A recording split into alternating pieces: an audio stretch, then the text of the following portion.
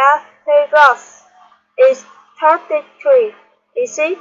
I thought she was 43. Her birthday was last Thursday, was it? I thought it was last month. Sid is her third husband, is he?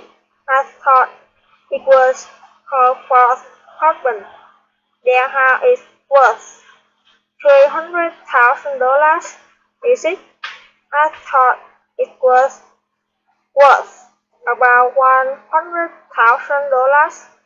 Sid is the author of a math book, is he? I thought he was an athlete. I am sure 30. Are you? I thought you had something to drink at Cathy's house. No, Cathy didn't offer me anything. I buy you a drink. Oh, thank you.